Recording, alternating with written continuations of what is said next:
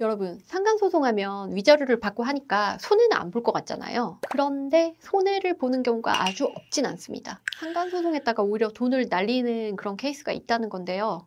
이런 이야기 좀 드리기는 약간 조심스럽긴 하네요. 안녕하세요. 최영은 변호사입니다. 배우자들 불륜 때문에 소송하시려는 분들 많으시죠? 사실 불륜 피해를 당하신 분들 중에서 상간소송으로 돈 벌려는 분들은 안 계시거든요. 내가 불륜으로 당한 상처 좀 치유하고 상간자에 대한 복수심도 좀 해소하고 그리고 내 평온한 일상을 다시 되찾고 싶어서 이런 의미로 소송 진행하시려는 분들 많으신데요. 그런데 그렇다고 해서 금전적으로 어떤 손해를 볼 거다라는 생각까지 해가면서 소송을 진행하시려는 분들은 잘 없거든요. 그러니까 어쨌든 상대방이 불륜을 했고 그로 인해서 내가 위자료 청구를 하는 거니까 위자료를 어느 정도 받을 거고 그로 인해서 변호사 비용도 어느 정도 보전이 될 거고 해서 내가 내 손에 남는 돈이 많이 있지는 않겠지만 적어도 손해는 안 볼 거다 라고 생각하시면서 사건 진행하시는 분들이 대부분이거든요. 그런데 솔직하게 말씀드리면 상간소송으로 손해를 보는 경우도 있습니다. 상간소송이 오히려 손해가 되는 경우, 그 첫 번째는 패소할 사건을 진행하는 경우입니다.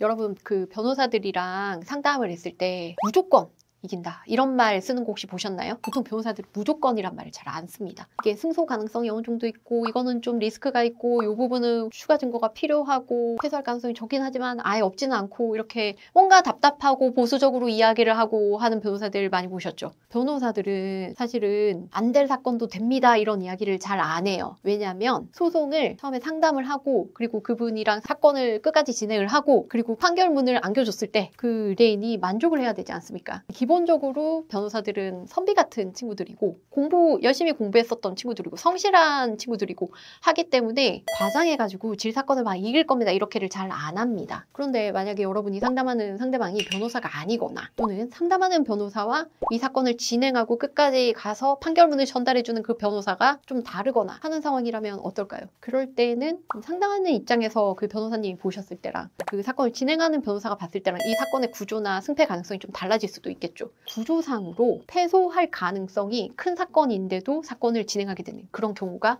아주 없지는 않습니다. 증거가 부족한 사건이면 사실은 증거를 보강해서 진행을 해야 되는데 승패 가능성이 반반이고 추가로 증거를 좀 확보한 다음에 승소 가능성을 높인 다음에 사건을 진행하자라고 조언을 해줘야 되는데 이것도 이 정도면 충분히 가능합니다. 이렇게 진행이 되는 경우가 아주 없지는 않아요. 물론 증거가 얼마 없는 상황에서 진행을 했는데 우리한테 호의적인 판사님을 만나서 재판장이 우리한테 승소를 판결을 해줬다라는 사건이 없지는 않거든요. 그렇기 때문에 더더군다나 이 사건을 진행하기 전에 수임하는 단계에서 그런 가능성 저런 가능성에 대해서 다 들어야 되는데 이런 설명을 충분히 듣지 못하고 섣불리 사건을 진행하는 경우 우리가 확보해야 될 증거를 다 수집하지 못하였는데 진행하게 됨으로써 나는 승소할 줄 알았는데 패소가 되어버렸네 하는 사건들이 없지 않습니다. 상간사건에서 이런 경우는 어떤 경우일까요? 상간사건은 기본적으로 상간자가 누군지 특정을 할 만한 어떤 자료가 있어야 되고 이름과 전화번호를 안다든지 은행 계좌번호를 안다든지 차량 번호를 안다든지 피고를 특정할 만한 어떤 내용이 있어야 되고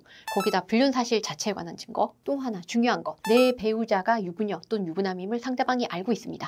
라는 점에 대한 증거 이렇게 세 가지가 갖춰져야지 진행이 가능한데 이게 어느 정도 갖춰지지 않았는데 예를 들면은 부정행위가 있었지만 배우자는 상대방과 헤어졌고 그런 지 1년이 지났다 인 상황이다 라고 하면은 자, 첫 번째 부정행위에 관한 추가 증거 수집할 수 있습니까? 수집하지 못하죠. 그럼 지금까지 모은 자료로 상간 사실을 인정받을 수 있는지 이걸 검토해야 되는 거고 그리고 두 번째 상대방이 내 배우자가 유부남인지 유부녀인지 알고 있습니다. 요 증거 요것도 이제 수집할 수 있을까? 이거에 문제가 있는 거거든요. 그렇다면 지금 이 사건은 지금 바로 소송을 했을 때 상대방이 죄송합니다. 내가 부정행위 자체 인정하고요. 내가 상대방 유부남인 거 유부녀인 것도 알고 있었습니다. 라고 자백해주지 않는 한은 패소의 가능성이 있는 사건입니다. 그럼에도 불구하고 전후 사정상 요거는 인정이 되겠다라는 경우도 있고 그렇게 판결을 해주는 경우도 있긴 합니다. 하지만 패소의 가능성이 있는 사건이라는 점을 우리가 알고 그 패소의 리스크가 뭔지 그로 인해서 내가 부담하게 될 추가 금액은 없는지 이 부분을 충분히 설명드린 다음에 사건 진행 여부를 결정을 하셔야 되는 겁니다. 그런데 내가 그런 설명을 듣지 않고 그냥 난 무조건 하겠다.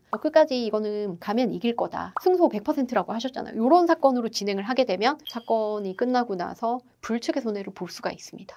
두 번째는 구상권 청구입니다. 여러분, 구상권 청구가 뭔지 혹시 아세요? 구상 청구를 아주 쉽게 설명을 드리면 내가 피해자고 두 명이 나를 막 때립니다. 두 명이 막 나를 때려가지고 내가 전치 3주가 나왔어요. 전치 3주가 나왔으니까 당연히 병원비 나왔겠죠. 그리고 내가 이제는 너무 무서워서 뭐 밖을 못 나가 이런 정신적 고통에 따른 위자료 이런 것도 필요하고 3주 동안 일을 못했으니까 뭐 그에 따른 치료비 외에 내가 일 못한 거에 대한 대가 이런 거 필요하죠. 이런 걸 다 손해배상금이라고 볼 수가 있는 건데 자 이렇게 두 명이 나를 때려서 나온 손해배상금이 예를 들어서 이런 걸 다 더했을 때 1,000만 원이라고 쳐봅시다. 그때 내가 그 둘 중에 한 명한테 1,000만 원을 다 받았다라고 하면 이 둘 사이에 한 명은 책임을 안 진 거잖아요. 그래서 이 구상권 청구가 뭐냐? 이 둘 사이에 책임을 어떻게 나눌 것인가에 대한 문제입니다. 내가 책임을 다 진 사람으로서 이거 나 혼자 책임지기 억울한데 왜냐면은 내가 상대방 한 대 때릴 때 옆에 있는 그 친구도 이 사람을 한 대 똑같이 때렸거든 라고 생각할 수 있고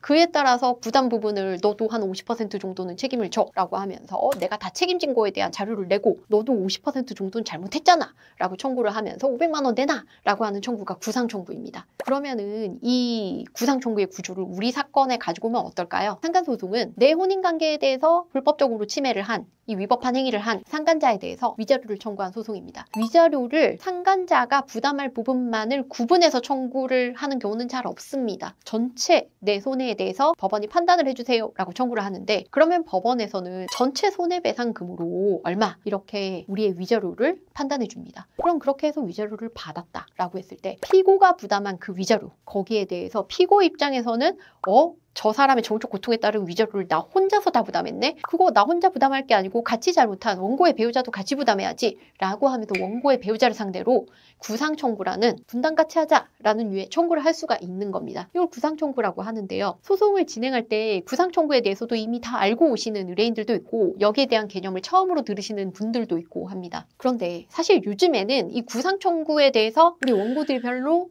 신경을 안 써요. 별로 두려워하지 않습니다. 왜냐? 이 부정행위 관련해서 생각을 해보니 상간녀도 괘씸하지만 내 남편도 괘씸한 거예요. 근데 상간녀는 아무튼 내가 소송을 열심히 해서 혼내줬는데 남편은 자기 일 아니라고 천하태평으로 있네? 그러면서 그런 태도도 이렇게 마음에 들지가 않는 거예요. 애들 아빠고 하니까 이혼은 못하겠고 이혼할 상황도 아니고 근데 남편도 반성을 할 만한 어떤 계기가 있었으면 좋겠는데 싶을 때 상간녀가 구상 청구를 해오면은 남편도 이제 소송을 드디어 하는구나. 너가 알아서 해. 너가 부담해. 네가 잘못한 거잖아. 라고 하는 의뢰인들도 굉장히 많아요. 사실은. 그런데 또 어떤 의뢰인들은 부부가 경제공동체인데 내가 받은 돈 변호사 선임 비용이라 이걸 해도 1,000만 원 이상 남았다라고 할 때 이걸 다시 반이나 돌려줘야 된다고? 그럼 내 손에 남은 게 얼마 안 되는데? 결국 그 사건 전부터 내가 경제권 다 가지고 있었고 내가 이 돈 다 받았는데 다시 이 돈에서 또다시 나간다고? 너무 마음에 안 드네? 이렇게 생각하시는 분도 있거든요. 그러니까 그런 분들이 생각하시기에는 이거 생각지 못한 손해가 되는 겁니다. 그런데 이건 꼭 그렇게 생각할 부분이 아닙니다. 왜냐? 만약에 우리가 상간소송을 하지 않으면 저들은 그냥 그 상황에서 너무나 계속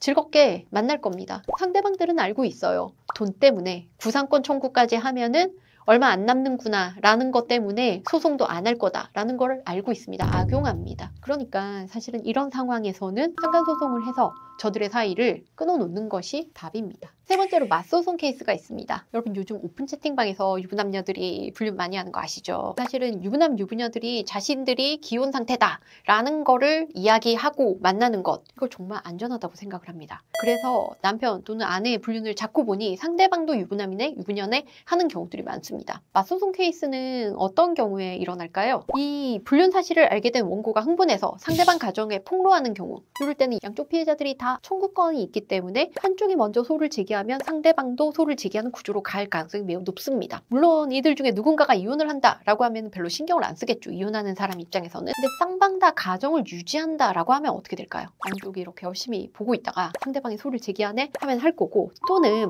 양쪽이 안대가 다른 케이스들이 있습니다. 그럼 한쪽이 소멸시효라는 그 개념으로 안대로부터 3년이 지나서 청구권이 없어졌네 하면 그때 그 빈틈을 비집고 한쪽만 청구하는 경우도 있을 수가 있습니다. 이런 경우에는 이제 문제가 되겠죠. 그러니까 이런 맞소송 케이스 같은 경우에는 사실상 서로 눈치 보기를 하면서 먼저 누군가가 진행을 해서 상대방도 진행을 하게 되거나, 아니면은 누군가 한쪽이 청구를 했더니 상대방이 그 배우자가 소장을 받아보는 바람에 이 사실을 알게 돼서 또 맞소송을 청구하거나 또는 합의 제안을 하거나 하는 케이스들입니다. 저는 보통 저희 의뢰인이 그 맞소송의 당사자가 됐을 때 우리 의뢰인이 피고가 돼서 상간소장을 받았는데 남편도 이미 알고 있어요. 그래서 남편도 소를 제기하겠다는 입장이에요. 뭐 이렇게 이야기를 하면 일단 상대방 대리인 쪽에 이야기를 해서 우리도 소를 제기할 것 같은데 그냥 사자간 합의로 사건 마무리할까요? 이렇게 제안을 한번 해봐요. 그런데 그런 경우에 사자간 합의가 되는 경우도 있지만 상대방의 분노 게이지가 너무 높고 이런 걸 합의로 그냥 끝내고 싶지 않아서 소를 나는 끝까지 가겠습니다 하는 경우들도 굉장히 많습니다. 그래서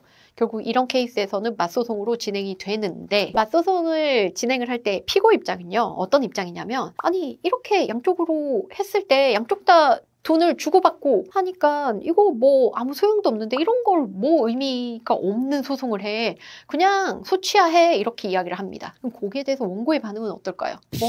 너 상대방 편드는 거야? 그 불륜남 편드는 거야? 막 이렇게 하면서 부부싸움이 더 심화될 때가 있어요. 그래서 어떤 측면에서는 맞소송은 계속 유지하는 게 맞습니다. 왜냐면 이거는 사자간 합의가 될 정도로 배우자들이 화가 풀리지 않았다는 거거든요. 근데 부부관계를 지키기 위해서라면 해소의 과정이 필요하기 때문에 사실은 진행을 하는 게 맞아요. 이 과정에서 변호사 비용이 좀 더 들고 하겠지만 그게 관계를 지키는 사실은 얼마 안 되는 돈일 수 있습니다. 이 관계를 지키는 게 훨씬 더 중요하고 거기에 더 가치가 크기 때문이에요. 맞소송 케이스는 보시면 양쪽이 똑같이 소를 제기하고 사실관계가 동일하기 때문에 위자료도 동액상당으로 나올 가능성이 매우 높죠. 그리고 양쪽이 소송을 2번을 해야 되는 거니까 변호사 비용도 2배로 듭니다. 하지만 그로써 만약에 내가 가정을 지킬 수 있다? 그걸로 내 배우자의 화가 좀 해소가 됐다라고 하면은 의미가 굉장히 큰 겁니다. 그런데 아까 말씀드린 것처럼 한쪽은 청구권을 행사할 시기를 놓쳤는데 한쪽은 여전히 가지고 있어서 1박 만에 청구가 된다라고 하면은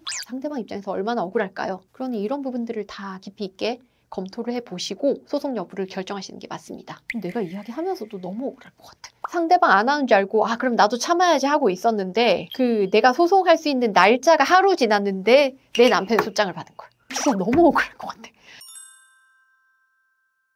상간소송을 진행했을 때 원고의 이익이 굉장히 크지는 않을 수 있어요. 그런데 그렇다고 하더라도 피해를 그냥 당하고만 있지 않고 거기에 적극 대응을 해서 판결을 받아내는 일, 이 자체가 원고의 인생에서 다음 스텝으로 넘어갈 수 있게 해주는 원동력이 될 수가 있습니다. 이건 정말 중요한 문제예요. 그리고 이 상간소송이라는 게 상간자들이 계속 만나는데 엄청난 장애가 되는 일입니다. 그래서 상간소송은 상간자들의 불륜관계를 중단시키는데 가장 유효적절한 수단이에요. 합법적이기도 하고요. 그러니까 결과적으로 가정을 회복하는데 가장 좋은 방법입니다. 또 소송 과정에서 상간자들이 겪는 그 정신적인 어떤 고통, 힘듦, 그런 걸 생각하면 적절하게 복수하고 내 악감정을 좀 털어내고 해소할 수 있는 방법도 될 수 있지 않을까요? 이런 측면에서 고려하면 상간소송을 진행하는 게 훨씬 더 나은 선택이라고 생각합니다. 상간소송을 앞둔 분들께 이 말씀을 꼭 드리고 싶어요. 여러분이 만약에 증거를 충분히 확보를 하셨다라고 하면 이 상황에서 내가 무엇을 해야 되는가 결정을 내려도 되는데 그 내리기 전에 내가 원하는 게 뭔지부터 생각을 해보세요. 그리고 원하는 게 뭔지를 변호사한테 이야기를 하면 합의를 제안해 봅시다. 그렇게 하면 더 빨리 끝나고 고통에서부터 벗어나기도 쉽습니다. 또는 소송을 통해서 판결문을 받는 게 당신한테 더 좋겠습니다. 이렇게 다양하게 어떤 솔루션을 제공해 줄 수 있을 겁니다. 여러분이 소송 이런 거를 딱 정해놓기보다는 내가 원하는 방향으로 내가 원하는 결과를 도출하는데 가장 유효적절한 수단을 찾는 것, 그걸 변호사한테 맡기면 되는 거거든요. 그러니까 무조건 내가 소송해야지 이렇게 생각하지 마시고 법률적으로 검토를 먼저 받아보시고 최종 결정을 여러분이 하시면 되는 겁니다. 너무 섣불리 포기하지도 마시고요. 너무 섣불리 내가 여기까지 해야지라고 계획을 짜지도 마시고 현재 상황을 객관적으로 관찰해줄 누군가의 도움을 받으세요. 그게 현재 여러분이 겪고 있는 고통에서 빨리 회복할 수 있게 도와줄 겁니다. 이상 최영은 변호사였습니다. 감사합니다.